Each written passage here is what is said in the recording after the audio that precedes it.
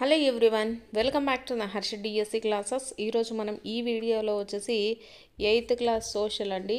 8th class సోషల్కి సంబంధించి politics అండి. 8th class politics. So దీంట్లో 8th క్లాస్ పాలిటిక్స్కి సంబంధించి మనకేంటంటే జాగ్రఫీ ఒకటి ఉంది, హిస్టరీ ఒకటి ఉంది, పాలిటిక్స్ ఒకటి ఉంది. 3 బుక్స్ అయితే ఉన్నాయండి. సో ఈ 3 బుక్స్కి సంబంధించి ఈరోజు పాలిటిక్స్లో ఉండేటటువంటి లెసన్స్ ఏముంటాయి, నెక్స్ట్ వాటికి సంబంధించినటువంటి ప్రాక్టీస్ బిట్స్ అయితే చెప్తాను. సో ఎందుకు చెప్తున్నానంటే మనకు కొన్ని బుక్స్ ఇట్లా కవర్ పేజెస్ కానీ లోపల కొన్ని లెసన్స్ వచ్చేసి స్కిప్ చేశారనమాట. సో వాటిని మనము ఈ వీడియోలో చూద్దాము. సో ఇవి వచ్చేసి మనకు ఈ పాలిటిక్స్ 8th క్లాస్ దానికి సంబంధించి పాలిటిక్స్లో మనకు ఎలా ఉంటుందంటే బుక్ కవర్ పేజ్ ఇలా ఉంటుందండి. సోషల్ అండ్ పొలిటికల్ లైఫ్, సామాజిక రాజకీయ జీవితం అనేసి ఉంటుందన్నమాట. సో ఇది వచ్చేసి మనకు 2024 పబ్లికేషన్స్ అండి. అంటే మనకు 2024లో కూడా సేమ్ పబ్లిష్ అయితే చేయడం జరిగింది. సో కొత్త బుక్స్ అండి. సో ఇవే మనకు చదువుకోవాల్సి ఉంటుంది. సో దీంట్లో మనకు ఏ లెసన్స్ ఉంటాయో చూపిస్తానండి. సెమిస్టర్ 1కి సంబంధించి ఏముంటాయి, సెమిస్టర్ 2కి సంబంధించి ఏముంటాయో చూద్దాం. సో సెమిస్టర్ 1 అండి, ఒకసారి అయితే క్లియర్గా చూసుకోండి. మనకు సెమిస్టర్ 1లో వచ్చేసి భారత రాజ్యాంగము, లౌకికతత్వం అవగాహన. నెక్స్ట్ సెకండ్ యూనిట్ కింద పార్లమెంట్ చట్టాలను రూపొందించడం అనేసి ఉంటుందండి. మనకు పార్లమెంట్ ఎందుకు అవసరం, చట్టాలను అర్థం చేసుకోవడం. నెక్స్ట్ అది న్యాయ వ్యవస్థకు సంబంధించి ఉంది. సో నేను ఈ వీడియోలో వచ్చేసి ఆల్రెడీ సెమిస్టర్ 1కి సంబంధించి బిట్స్ అయితే అప్లోడ్ చేశానండి. ఒకసారి అయితే చూసుకోండి, నేను లింక్ కింద డిస్క్రిప్షన్లో ఇస్తాను. నెక్స్ట్ సెమిస్టర్ 2కి సంబంధించి మనము ఈ వీడియోలో బిట్స్ చూద్దాము. సెమిస్టర్ 2లో మనకి ఏమేమి లెసన్స్ ఉన్నాయంటే మన నేర న్యాయ వ్యవస్థను అర్థం చేసుకుందాము. అలాగే సామాజిక న్యాయము, వివక్షతను అర్థం చేసుకుందాము, వివక్షతను ఎదుర్కోవటము, ప్రభుత్వ ఆర్థిక ఉనికి, ప్రజా సౌకర్యాలు, చట్టము, సామాజిక న్యాయం. ఈ లెసన్స్ మనకు సెమిస్టర్ 2లో ఉంటాయండి. సో చూసారు కదా, సెమిస్టర్ 1లో ఏముంటాయి, సెమిస్టర్ 2లో. ఇది 8th క్లాస్ పాలిటిక్స్కి సంబంధించి. సో దీంట్లో మనకు సెమిస్టర్ 2లో ఉండేటటువంటి ప్రాక్టీస్ బిట్స్ అయితే మనం ఈ వీడియోలో చూద్దాం. సో ప్రాక్టీస్ బిట్స్ వచ్చేసి సెమిస్టర్ 2కి సంబంధించండి. ఆల్రెడీ చెప్పాను కదా ఏ లెసన్స్ ఉంటాయి, ఆ లెసన్స్కి సంబంధించి బిట్స్ అయితే చూద్దాము. అందులో ఫస్ట్ బిట్ వచ్చేసి క్రింది వాణిలో సరి అయిన దానిని గుర్తించండి అనేసి వచ్చారు. ఆప్షన్స్ ఫస్ట్ది నేరానికి సంబంధించిన ఫిర్యాదులను పరిశీలించుట పోలీసుల యొక్క ముఖ్య విధి. ఆప్షన్ 2 సాక్ష్యాధారాలు నిందితుని నేరాన్ని రుజువు చేస్తాయని పోలీసులు భావిస్తే వారు కోర్టులో ఛార్జ్ షీటు దాఖలు చేస్తారు. ఆప్షన్ 3 అరెస్ట్, నిర్బంధం, విచారణ సమయంలో పోలీసులు తప్పనిసరిగా అనుసరించవలసిన మార్గదర్శకాలను సుప్రీంకోర్టు నిర్దేశించి ఉంటుంది. సో ఆప్షన్ 4 పైవన్నీ సరి అయినవే అనేసి ఇచ్చారండి. సో పోలీసులకు సంబంధించినటువంటి క్వశ్చన్ అండి ఇది. సో కరెక్ట్ ఆన్సర్ వచ్చేసి ఆప్షన్ 4 అండి. పైవన్నీ కూడా సరి అయినవే. పోలీసులు ఏం చేస్తారు, నేరానికి సంబంధించిన ఫిర్యాదులను తీసుకుంటారు, అలాగే సాక్ష్యాధారాలు నిందితుడని నేరాన్ని రుజువు చేస్తాయని అలాగే వాళ్ళు భావిస్తే కోర్టులో వచ్చేసి ఛార్జ్ షీట్ కూడా దాఖలు చేస్తారు. నెక్స్ట్ పోలీసులు వచ్చేసి ఎలాంటి మార్గదర్శకాలు అనేటివి చేయాలి అనేసి సుప్రీంకోర్టు నిర్దేశించి ఉంటుందండి. సుప్రీంకోర్టు నిర్దేశిస్తుంది. So option 4 is the correct answer. నెక్స్ట్ది చూద్దాము. రాజ్యాంగంలో నేర చట్టం కింద అరెస్ట్ కాబడిన ప్రతి వ్యక్తికి కొన్ని ప్రాథమిక హక్కులు ఉంటాయని తెలిపే రాజ్యాంగ అధికరణం ఏది? సో కరెక్ట్ ఆన్సర్ వచ్చేసి 22వ అధికరణ అండి. రాజ్యాంగంలో వచ్చేసి నేర చట్టం కింద అరెస్ట్ కాబడితే, అంటే ఎవరైనా వ్యక్తి అరెస్ట్ చేయబడితే అతనికి కూడా కొన్ని ప్రాథమిక హక్కులు అయితే ఉంటాయండి. సో అవి కూడా ఉంటాయని తెలిపే రాజ్యాంగ అధికరణ ఏది అంటే 22వ అధికరణ. నెక్స్ట్ అరెస్ట్ చేసిన వ్యక్తిని ఎన్ని గంటలలోపు న్యాయమూర్తి ముందు హాజరుపరచాలి? సో ఆప్షన్స్ ఫస్ట్ది 24 గంటలు, ఆప్షన్ 2 12 గంటలు, ఆప్షన్ 3 20 గంటలు, ఆప్షన్ 4 10 గంటలు అనేసి వచ్చారండి. సో ఎన్ని గంటల లోపు అంటే 24 గంటల లోపు ఎవరినైనా ఒక వ్యక్తిని అరెస్ట్ చేస్తే 24 గంటల లోపు న్యాయమూర్తి ముందు హాజరు చేయాలి. నెక్స్ట్ వచ్చేసి ప్రభుత్వం తరపున న్యాయస్థానంలో వాదనలు వినిపించే వ్యక్తిని ఏమని పిలుస్తారు? ఆప్షన్స్ ఫస్ట్ వచ్చేసి public prosecutor, option 2 public lawyer, option 3 defence lawyer, option 4 judge అనేసి ఇచ్చారండి. ప్రభుత్వం తరపున న్యాయస్థానంలో అంటే మనకు ఇద్దరు లాయర్లు అయితే వాదించడం జరుగుతుంది కదా, ఒకరు వచ్చేసి నేరం చేసిన వాళ్ళ తరపున మాట్లాడతారండి. సో మామూలుగా ఇంకొకరు ప్రభుత్వం తరపున మాట్లాడతారనమాట. సో ప్రభుత్వం తరపున న్యాయస్థానంలో వాదనలు వినిపించే వ్యక్తిని ఏమంటాము? పబ్లిక్ ప్రాసిక్యూటర్ అంటారండి. పబ్లిక్ ప్రాసిక్యూటర్ అంటారు. So option 1 is the right answer. Next bit, ఏ వ్యక్తినైనా అరెస్ట్ చేయడానికి, నిర్బంధించి విచారించడానికి పోలీసులు ఇతర ఏజెన్సీలు అనుసరించవలసినటువంటి నిర్దిష్ట నియమాలను, మార్గదర్శకాలను సుప్రీంకోర్టు నిర్దేశిస్తుంది. అయితే ఈ మార్గదర్శకాలను ఏమని పిలుస్తారు అనేసి చెప్పారండి. ఆప్షన్స్ ఫస్ట్ది ఎన్కే బస్సు మార్గదర్శకాలు, ఆప్షన్ 2 డీకే బస్సు మార్గదర్శకాలు, ఆప్షన్ 3 ఎఫ్ఐఆర్ మార్గదర్శకాలు, ఆప్షన్ 4 పైవన్నీ అనేసి ఇచ్చారండి. సో కరెక్ట్ ఆన్సర్ వచ్చేసి డీకే బస్సు మార్గదర్శకాలు అనేసి పిలుస్తారండి. వీటిని మనకు పోలీసులు వచ్చేసి ఏం చేయాలి ఏంటి అనేటటువంటి నిర్దిష్ట నియమాలను సుప్రీంకోర్టు అయితే మనకు చెప్తుందనమాట. సో ఈ సుప్రీంకోర్టు నిర్దేశించినటువంటి మార్గదర్శకాలను ఏమని పిలుస్తారు అంటే డీకే బస్సు మార్గదర్శకాలు. Option 2 is the right answer. Next bit, క్రింది వాటిలో సరి అయినవి గుర్తించండి అనేసి ఇచ్చారండి. ఫస్ట్ది ఎఫ్ఐఆర్ అంటే first information report. Option 2 FIR నమోదు చేయవలసిన అధికారి వచ్చేసి సబ్ ఇన్స్పెక్టర్. ఆప్షన్ 3 ఒక వ్యక్తి దోష నిర్దోష అని నిర్ణయించేది పోలీస్ స్టేషన్. ఆప్షన్ 4 ఒక వ్యక్తి దోష నిర్దోష అని నిర్ణయించేది న్యాయస్థానం అనేసి ఇచ్చారు. సో వీటిల్లో సరి అయినవి ఏవి అని గుర్తించండి అనేసి ఇచ్చారండి. సో ఇందులో సరి అయినవి వచ్చేసి ఫస్ట్ది కరెక్టేనండి. ఎఫ్ఐఆర్ అంటే ఫుల్ ఫామ్ వచ్చేసి first information report. So FIR ఎవరు నమోదు చేస్తారంటే సబ్ ఇన్స్పెక్టర్ రిపోర్ట్ నమోదైతే చేస్తారు, సబ్ ఇన్స్పెక్టర్ ఎఫ్ఐఆర్ని. సో వ్యక్తి దోష నిర్దోష అనేది నిర్ణయించేది ఎవరంటే పోలీస్ స్టేషన్ కాదు, న్యాయస్థానం నిర్ణయిస్తుంది అనమాట. సో మనకు ఏవి కరెక్ట్ అండి? ఫస్ట్ది, సెకండ్ది, అలాగే 4th one correct. So option 4 is the right answer. Next bit, ఒక వ్యక్తి యొక్క జీవించే హక్కును సహేతుకమైన న్యాయబద్ధకమైన న్యాయ ప్రక్రియ ద్వారా మాత్రమే హరించవచ్చునని తెలిపే రాజ్యాంగ నిబంధన ఏది అనేసి ఇచ్చారండి. సో ఏ రాజ్యాంగ నిబంధన అంటే 21వ రాజ్యాంగ నిబంధన. నెక్స్ట్, క్రింది వానిలో సరి అయిన దానిని గుర్తించండి అనేసి ఇచ్చారు. ఆప్షన్స్ ఫస్ట్ది ఆర్టికల్ 21 అంటే జీవించే హక్కును కల్పిస్తుంది, నిర్ణీత న్యాయ ప్రక్రియ ద్వారా మాత్రమే దీనిని నిరాకరించవచ్చును. ఆర్టికల్ 22 అంటే ఒక న్యాయవాది ద్వారా తనను తాను రక్షించుకునేటటువంటి ప్రాథమిక హక్కు ప్రతి ఒక్కరికి ఉంటుంది. నెక్స్ట్ థర్డ్ వచ్చేసి ఆర్టికల్ 39A ప్రకారం ఇతర కారణాల వలన న్యాయవాదిని నిర్మించుకోలేని ఏ పౌరుడికైనా ఆ సౌకర్యాన్ని కల్పించవలసిన బాధ్యత ప్రభుత్వం పైన ఉంటుంది. సో ఆప్షన్ 4 పైవన్నీ సరి అయినవి అనేసి ఇచ్చారండి. సో సరి అయింది ఏది అనేసి అడుగుతున్నారు. సరి అయినవి వచ్చేసి ఆప్షన్ 4 అండి. పైవన్నీ కూడా సరి అయినవే. ఆర్టికల్ 21 ఏం తెలుపుతుందంటే జీవించే హక్కును తెలుపుతుందండి. ఆర్టికల్ 22 ఏం తెలుపుతుంది? ఒక న్యాయవాదిని అంటే మనం ఎప్పుడైనా అరెస్ట్ అయితే ఒక న్యాయవాది ద్వారా తనను తాను రక్షించుకునే హక్కును ప్రతి ఒక్కరికి తెలియజేసే ఆర్టికల్ వచ్చేసి ఆర్టికల్ 22 అండి. నెక్స్ట్ ఆర్టికల్ 39A ఏం చెప్తుందంటే ఎవరైనా అంటే వాళ్ళు పేదవాళ్ళు అయి ఉండి కానీ లేకపోతే ఎవరైనా లాయర్ అయినా కేసు తీసుకోకపోతే అతనికి లాయర్ని పెట్టాల్సినటువంటి బాధ్యత ఎవరికి ఉంటుందంటే ప్రభుత్వానికి ఉంటుందండి. సో అది ఏ ఆర్టికల్ 39A ప్రకారం అండి. సో ఇవన్నీ కూడా కరెక్ట్ ఆన్సర్సే. So option 4 is the right answer. Next bit చూద్దాము. అహ్మదాబాద్లోని వస్త్ర పరిశ్రమ కార్మికులు పవర్లూమ్ పోటీని ఎదుర్కొనలేక ఏ సంవత్సరం మధ్యలో జూమ్ మిల్లును మూసివేశారు అనేసి ఇచ్చారండి. జూమ్ మిల్లునండి, జోలు అని పడింది. సో జూమ్ మిల్ అండి.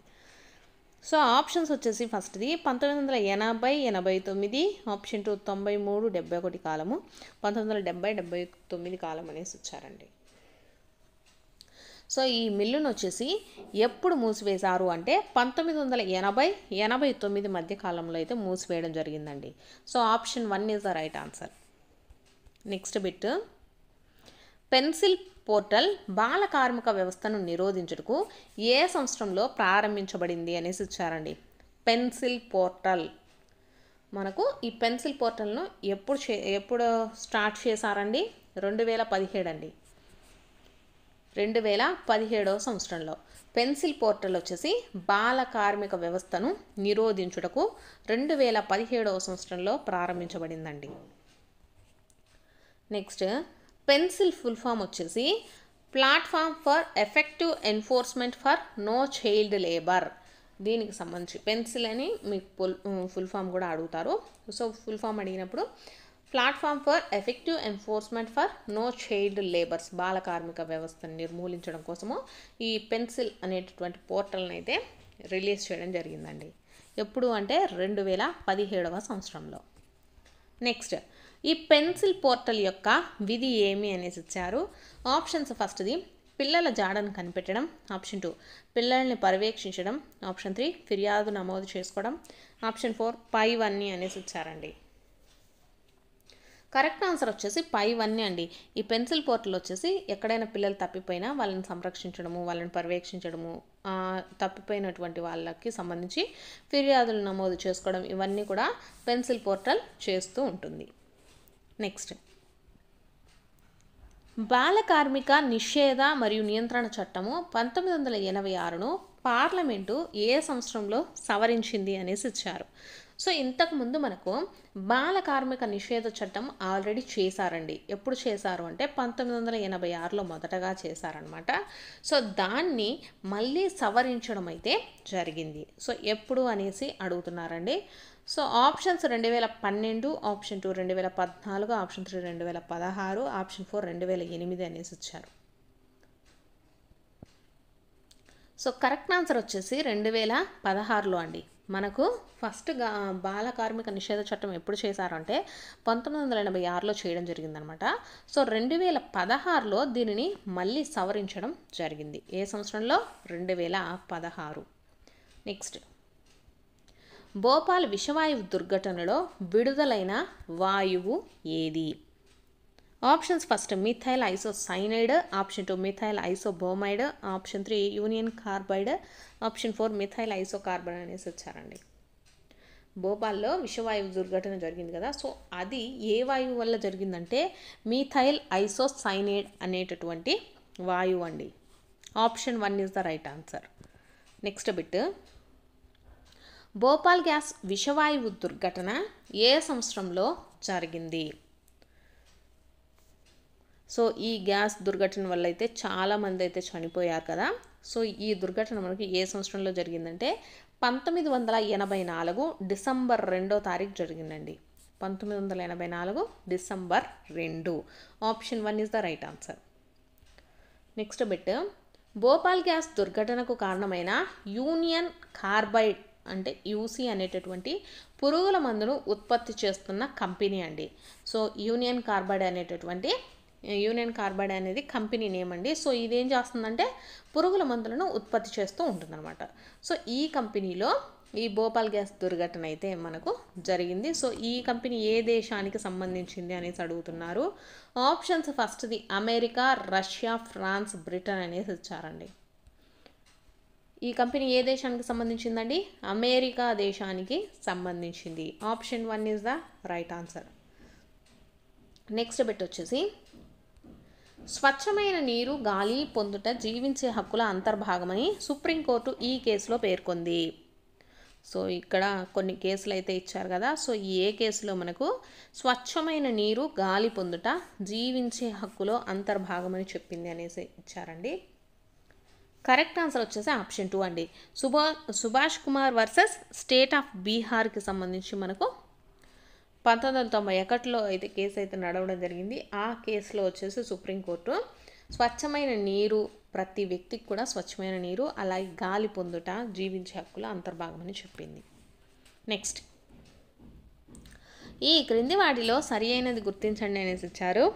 ఆప్షన్స్ ఫస్ట్ది, దక్షిణాసియా దేశాలు ప్రత్యేకించి భారతదేశము, పాకిస్తాన్, బంగ్లాదేశ్లు పురుగుల మందులు, ఆస్బెస్టాస్, జింక్, సీసం ఉత్పత్తి చేసే పరిశ్రమలకి ఆతిథ్యం ఇస్తున్నాయి.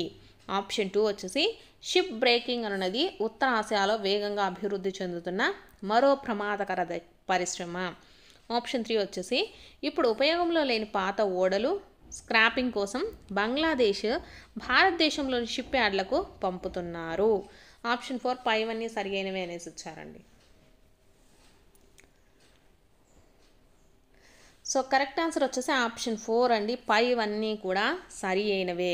మన దక్షిణాసియా దేశాలు వచ్చేసి ప్రత్యేకంగా ఏమంటే భారతదేశము, పాకిస్తాన్, ఈ బంగ్లాదేశ్ వీళ్ళందరూ వచ్చేసి అమెరికా, ఫ్రాన్స్ ఇక్కడ ఉంటాయి కదా, ఆ ఇతర దేశాల నుంచి వచ్చేటటువంటి పరిశ్రమలను కానీ అక్కడ నుంచి వచ్చేటటువంటి వ్యర్థాలకు కానీ ప్రతి ఒక్కదానికి ఆతిథ్యం అయితే ఇస్తున్నారండి. సో అందువల్లనే సగము మన భారతదేశం కానీ పాకిస్తాన్, బంగ్లాదేశ్లు ఇవన్నీ కూడా కాలుష్యం అయిపోతూ ఉన్నాయి. నెక్స్ట్, షిప్ బ్రేకింగ్ అండి. ఇప్పుడు ప్రజెంట్ ఉత్తరాసియాలో వేగంగా అభివృద్ధి చెందుతున్నది ఏంటంటే షిప్ బ్రేకింగ్స్. చాలామంది మనకు పక్క దేశాలలో పాడైపోయినటువంటి షిప్లను వచ్చేసి ఇక్కడ షిప్ బ్రేకింగ్ అనేసి ఇక్కడ ఉపాధి కల్పిస్తున్నాము అనేసి చెప్పి వాళ్ళ షిప్లను తెచ్చి ఇక్కడ బ్రేక్ చేయడం వల్ల ఏంటంటే మన సముద్రాలు కానీ ఆ చుట్టుపక్కల ఉన్న ప్రాంతాలు కూడా మొత్తము నాశనం అయితే అవుతూ ఉన్నాయండి. నెక్స్ట్, ఇదిగో ఇక్కడ కూడా మళ్ళీ చెప్పారు కదా, ఇప్పుడు ఉపయోగంలో లేని పాత ఓడలు స్క్రాపింగ్ కోసం వచ్చేసి బంగ్లాదేశ్ అలాగే మన భారతదేశానికి సంబంధించి షిప్ యార్డ్లకు పంపించి అక్కడ పగలగొట్టండి, ఇక్కడ మీకు ఉపాధి దొరుకుతుంది అనేసి ఒక ఉపాధి అనేటటువంటి దాన్ని పెట్టుకొని మన దేశాన్నంతా సర్వనాశనం అయితే చేస్తూ ఉన్నారండి వీళ్ళందరూ కూడా. సో ఇవన్నీ కూడా మనకు సరి అయినవే. Option 4 is the right answer. Next bit, భారతదేశంలో దాదాపు ఎంతమంది ఆదివాసీ ప్రజలు ఉన్నారు అనేసి ఇచ్చారు. ఆప్షన్స్ ఫస్ట్ది 8%, ఆప్షన్ 2 7%, ఆప్షన్ 3 6%, ఆప్షన్ 4 15% అనేసి ఇచ్చారండి. సో భారతదేశంలో దాదాపు ఎంతమంది ఆదివాసీ ప్రజలు ఉన్నారంటే 8% మంది ఉన్నారండి. Option 1 is the right answer. Next bit, భారత ప్రభుత్వము వివిధ అధికారిక పత్రాలలో ఆదివాసీ పదానికి బదులుగా వాడే పదం ఏది? ఆప్షన్స్ ఫస్ట్ది షెడ్యూల్ కులాలు, ఆప్షన్ 2 షెడ్యూల్ తెగలు, ఆప్షన్ 3 షెడ్యూల్ జాతులు, ఆప్షన్ 4 పైవన్నీ అనేసి ఇచ్చారండి. కరెక్ట్ ఆన్సర్ వచ్చేసి షెడ్యూల్ తెగలండి. ఇక్కడ ఆదివాసీలు అని కాకుండా వాళ్ళను షెడ్యూల్ తెగల కింద మన భారత ప్రభుత్వం అయితే అధికారికంగా గుర్తిస్తూ వస్తుంది. Option 2 is the right answer. Next bit, 19వ శతాబ్దంలో గణనీయమైన సంఖ్యలో ఆదివాసీలు ఈ క్రింది మతంలోనికి మారారు. ఆప్షన్స్ ఫస్ట్ది బౌద్ధ మతము, ఆప్షన్ 2 జైన మతము, ఆప్షన్ 3 క్రైస్తవ మతము, ఆప్షన్ 4 ఇస్లాం మతము అనేసి ఇచ్చారండి. సో ఏ మతంలోకి మారారు అంటే క్రైస్తవ మతంలోనికి మారారండి. 19వ శతాబ్దం స్టార్టింగ్లో వచ్చేసి ఆదివాసీలందరూ ఏ మతంలోకి మారారు? క్రైస్తవ మతంలోకి మారారు. నెక్స్ట్ బిట్, ఆదివాసీలలో ఎక్కువగా మాట్లాడే భాష ఏది? ఆప్షన్స్ ఫస్ట్ వచ్చేసి Maithili, option 2 Gond, option 3 Santhali, option 4 Koya అనేసి ఇచ్చారండి. ఆదివాసీలలో ఎక్కువగా మాట్లాడే భాష వచ్చేసి సంధాలి అండి. Option 3 is the right answer. Next bit, ఒడిస్సాలోని కలహండి జిల్లాలో ఉన్న నియంగిరి కొండ ప్రాంతాలలో నివసించే ఆదివాసులు ఎవరు? ఆప్షన్స్ ఫస్ట్ది సంతాలి, ఆప్షన్ 2 గోండు, ఆప్షన్ 3 వచ్చేసి దొంగారియా ఖోన్స్, ఆప్షన్ 4 ముండా జాతి వారు అనేసి ఇచ్చారు. ఒడిస్సాలోని కలహండి జిల్లాలో నియంగిరి కొండ ప్రాంతంలో నివసించే ఆదివాసులు ఎవరు అంటే దొంగారియా ఖోన్స్ అండి. Option 3 is the right answer. Next, 2011 జనాభా లెక్కల ప్రకారము భారతదేశ జనాభాలో ముస్లింలు ఎంత శాతం మంది ఉన్నారు అనేసి అడుగుతున్నారండి. 2011 ప్రకారం అండి. సో 2011 ప్రకారం వచ్చేసి ముస్లింలు వచ్చేసి మొత్తము 14.2% మంది ఉన్నారండి. Option 1 is the right answer. Next bit 2005లో ముస్లింల యొక్క స్థితిగతులను అధ్యయనం చేయుటకు ఏర్పాటు చేయబడిన కమిటీ ఏది? మనకు 2005వ సంవత్సరంలో వచ్చేసి అసలు ముస్లింలు ఎంతమంది ఉన్నారు, వాళ్ళ యొక్క అక్షరాస్యత, వాళ్ళు ఎక్కడెక్కడ చదువుతున్నారో అనేటటువంటి అంశాల కోసం అయితే ఒక కమిటీని అయితే ఏర్పాటు చేయడం జరిగిందండి. సో ఆ కమిటీ ఏది అంటే రాజేందర్ సచార్ అండి. రాజేందర్ సచార్ అనేటటువంటి కమిటీని అయితే వేశారనమాట. నెక్స్ట్ బిట్ వచ్చేసి మొత్తము మతాల వారీగా అక్షరాస్యతలు కూడా చూద్దామండి. అక్షరాస్యత చూసుకుంటే అందరికీ సంబంధించి 74% అక్షరాస్యత ఉందండి.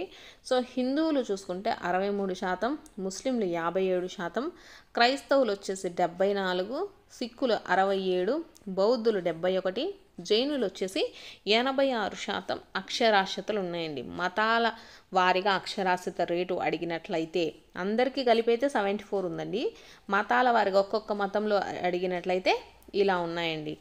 నెక్స్ట్ ముస్లింలకు సంబంధించి ప్రభుత్వ ఉపాధి అండి. సో వీళ్ళ జనాభా ఎంత అంటే 13.5 ఉంది కదా. సో ఈ 13.5లో ఐఏఎస్లు ఎంతమంది, ఐపీఎస్, ఐఎఫ్ఎస్, అలాగే కేంద్ర ప్రభుత్వ రంగ యూనిట్లు ఎంతమంది పనిచేస్తున్నారు, రాష్ట్ర పిఎస్యూల ఎంతమంది, బ్యాంక్ ఆర్బీఐలో ఎంతమంది చేస్తున్నారో అనేసి మనకి ఇక్కడ గణాంకాలు అయితే ఇవ్వడం జరిగిందండి. ఇవి 2006 ప్రకారం అండి.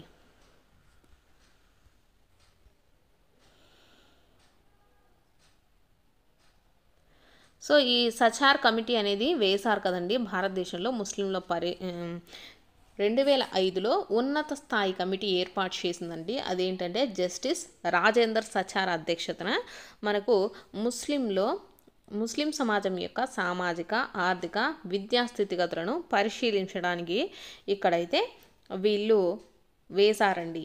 ఏది కమిటీ అంటే రాజేందర్ సచార్ అనేటటువంటి కమిటీని అయితే వేయడం జరిగిందనమాట.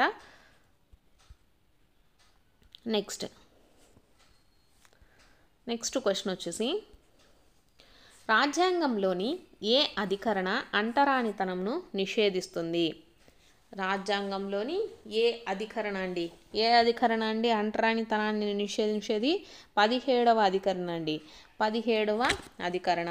Option 3 is the right answer. Next bit మతము, జాతి, కులము, లింగము లేదా జన్మస్థలం ఆధారంగా భారతదేశంలోని ఏ పౌరుడు వివక్షతకు లోను కాకూడదు అని తెలిపే అధికరణ ఏది? సో ఇందాక అంటరానితనాన్ని నిషేధించేది వచ్చేసి 17వ అధికరణ అండి. ఇక్కడ మనకేమి ఇచ్చారు? మతం కానీ, జాతి పరంగా కానీ, కులము, లింగం పరంగా కానీ, జన్మస్థలం పరంగా కానీ ఏ పౌరుడు కూడా వివక్షతకు లోను కాకూడదు అని తెలిపే అధికరణ ఏది అంటే 15వ అధికరణ అండి. 15th అధికరణ. Option 1 is the right answer. Next bit schedule కులాలు, షెడ్యూల్ తెగలు అత్యాచార నిరోధక చట్టం చేయబడిన సంవత్సరము. షెడ్యూల్ కులాలకు అలాగే షెడ్యూల్ తెగలకండి అత్యాచార నిరోధక చట్టం చేయబడిన సంవత్సరం వచ్చేసి 1989. నెక్స్ట్ బిట్ మాన్యువల్ స్కావెంజర్స్ వివిధ రాష్ట్రాల్లో గల పేర్లు సరికాని జతను గుర్తించండి అనేసి ఇచ్చారండి. ఆప్షన్స్ ఫస్ట్ది బంగీలు అంటే గుజరాత్, పాకీలు అని ఆంధ్రప్రదేశ్లో, ఆప్షన్ 3 సిక్కలియార్లు అని తమిళనాడులో, ఆప్షన్ 4 పైవన్నీ సరైనవి అనేసి ఇచ్చారండి. మాన్యువల్ స్కావెంజర్స్ అంటే మున్సిపాలిటీలలో క్లీనింగ్ చేస్తూ ఉంటారు కదా. సో వాళ్ళను గుజరాత్లో ఏమని పిలుస్తారండి? బంగీలు అనేసి పిలుస్తారు. ఆంధ్రప్రదేశ్లో వచ్చేసి పాకీలు అని పిలుస్తారు. తమిళనాడులో వచ్చేసి సిక్కిలియార్లు అనేసి పిలుస్తారండి. సో ఆప్షన్ 4 ఇవన్నీ కూడా మనకు కరెక్ట్ అయినవి. సో ఇవి వచ్చేసి మనకు సెమిస్టర్ 2లో ఉండేటటువంటి లెసన్స్కి సంబంధించిన ప్రాక్టీస్ బిట్స్ అండి. నెక్స్ట్ పార్ట్ 2 కింద మిగిలిన ఇంకా లెసన్స్ అలాగే ప్రాక్టీస్ బిట్స్ నెక్స్ట్ వీడియోలో అయితే అప్లోడ్ చేయడం జరుగుతుంది. సో వీడియో చూస్తున్న వాళ్ళు మీకు కనుక వీడియో నచ్చినట్లయితే తప్పకుండా లైక్ చేయండి, అలాగే సబ్స్క్రైబ్ కూడా చేసుకోండి.